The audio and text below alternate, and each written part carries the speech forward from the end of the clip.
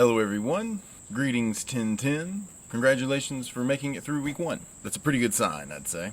And now that we're finished with all the week 1 assessments and introductory assignments and get to know you stuff, it's time to go ahead and get to work. So on Monday we will start work on our first major essay project. The focus of essay 1 is basically twofold. It is rhetorical comparison.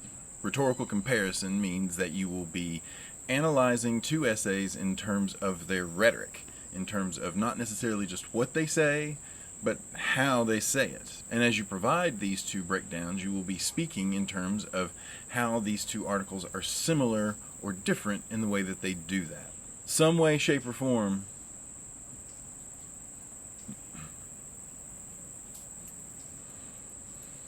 You gonna say hi, Bug? She's whispering because I told her to be quiet. It's also 3 o'clock in the afternoon and she's still in her BJs, so it's been that kind of day. Anyway, at the core of this essay are a handful of tasks that we will build upon pretty much for the rest of the semester and every other essay that we do. All of the essays that we will write from here on in will require you to make use of multiple external sources and synthesize them in a way that creates something new. It also allows you to put in your own perspective and your own interpretation of things as you do so. But you have to bear in mind that in an essay like this, your perspective is not the focus. The focus is on the two texts and on the similarities and differences between how they go about appealing to an audience and creating their argument. She's a dinosaur. That's what that is. Anytime you sit down to read something, whoever wrote that had a purpose in mind. Those purposes can vary wildly. You read a set of instructions, someone wrote that with the purpose of telling you how to put together that IKEA furniture. You read a set of directions and someone wrote it with the purpose in mind to get you from point A to point B. Not every text that you'll ever read will be argumentative, but they will all have a purpose. When you're reading something that's argumentative, the purpose is to win you over to a side, and in doing that, the author of a text is more than likely trying to manipulate you some way, somehow. That implies something nefarious, and I don't really mean it as such. It's just they're trying to figure out what might work best on you, and they're trying to deploy that in a way that will be effective in bringing you to their side, or convincing you of their position, or at the very least understanding and acknowledging their point. So when we're analyzing rhetoric, we're not necessarily focusing on what they say, although of course we have to understand what that is. But at the same time, we have to think about how have they presented this in a way that is designed to get me on their side, or at the very least to understand what they're saying.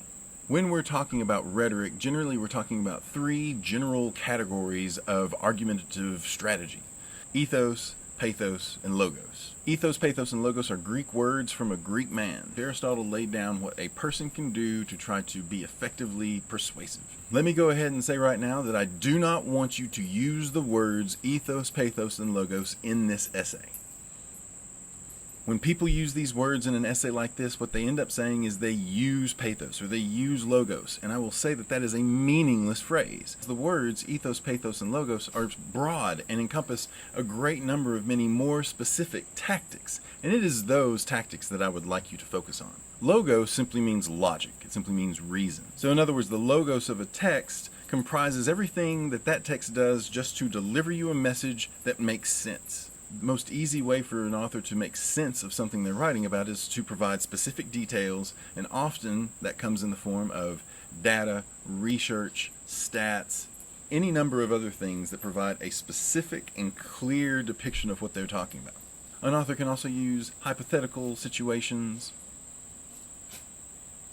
An author can also use things like hypothetical situations and illustrative examples that may not necessarily be based in some sort of objective fact and reality, but that still illustrate the point well enough to suffice in absence of that. Last thing that really goes into logos is the way that the text is organized. And is there a reason that the author presented things this way? Sometimes it's not just the facts you utilize, but it's when and where and how you use them in an argument. More often than not, an author doesn't just jump in and start making their points and providing their research. A lot of times they do something to try to grab your interest, draw you in, and maybe even kind of set the stage or set the mood and tone of the text that makes it conducive for you to agree with or take in what they're saying. So that's logos. Logos in many ways is the most important aspect of an argument, because if an argument doesn't make sense, it's no good. So logos is more or less the baseline of an argument. Ethos and pathos can also be used to hide a lack of proper logos and logic, which we see a lot these days, actually. Ethos and pathos essentially mean the character aspect and the emotional aspect of a text. But it's probably easiest for our purposes here to treat them together as sort of flip sides of the same coin, and that is that ethos is how you present yourself to the audience as someone that they should take seriously and listen to, and pathos is the reaction you are trying to get from your audience. And it's important for an author to bear in mind how they are presenting themselves, because appearances and first impressions sort of matter, but you're trying to get a reaction from them as well. And that's essentially how ethos and pathos work. So if you're analyzing the ethos of a text, if you're analyzing the character appeals of a text, then you simply need to ask yourself, what do you do to present yourself? Whether or not that is real or fake. The words that you use, your tone of voice, your overall demeanor. It is the information that you relay about why someone should take you seriously. In that regard, ethos has to do with how you relate to somebody. If I use a reference that I hope my audience catches, or if I tell a joke that I'm trying to get my audience to loose up, or picture me as someone who doesn't take myself seriously or is kind of funny.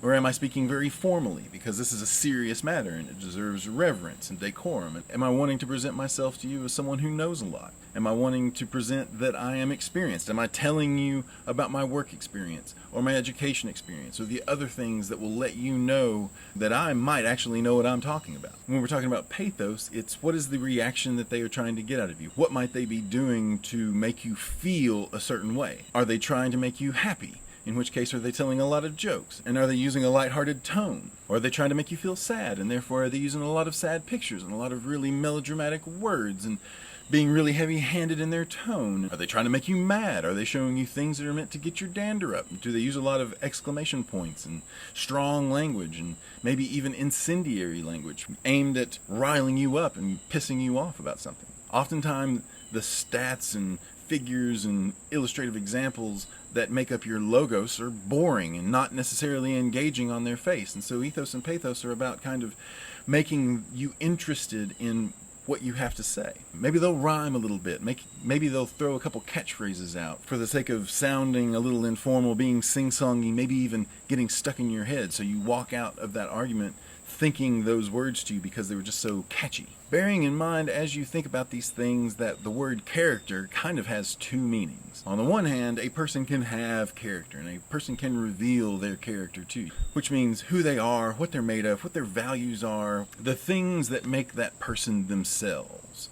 But character is also something that you play. If you're an actor, you play a character. And that speaks to the fact that you may falsify your character as you argue. A less authentic but more engaging and more reputable and respectable or believable self. And depending on the purpose, depending on what the author is trying to convince you of, that will change the strategies they deploy at you. Most of the time when people talk about climate change or something like that, they don't joke around. They're very serious. If someone is trying to convince you to go see this or that movie, however, they probably won't be as serious. They probably won't have much of a factual basis for their argument. So they're going to do other things with their argument. They're going to show a bit of excitement. They're going to point to specific moments of the movie that they liked. And because of that, comparison of rhetoric is possible. We can say that this author is talking about this thing and therefore they use this strategy to do that, whereas this other author is talking about a different thing and therefore they do this.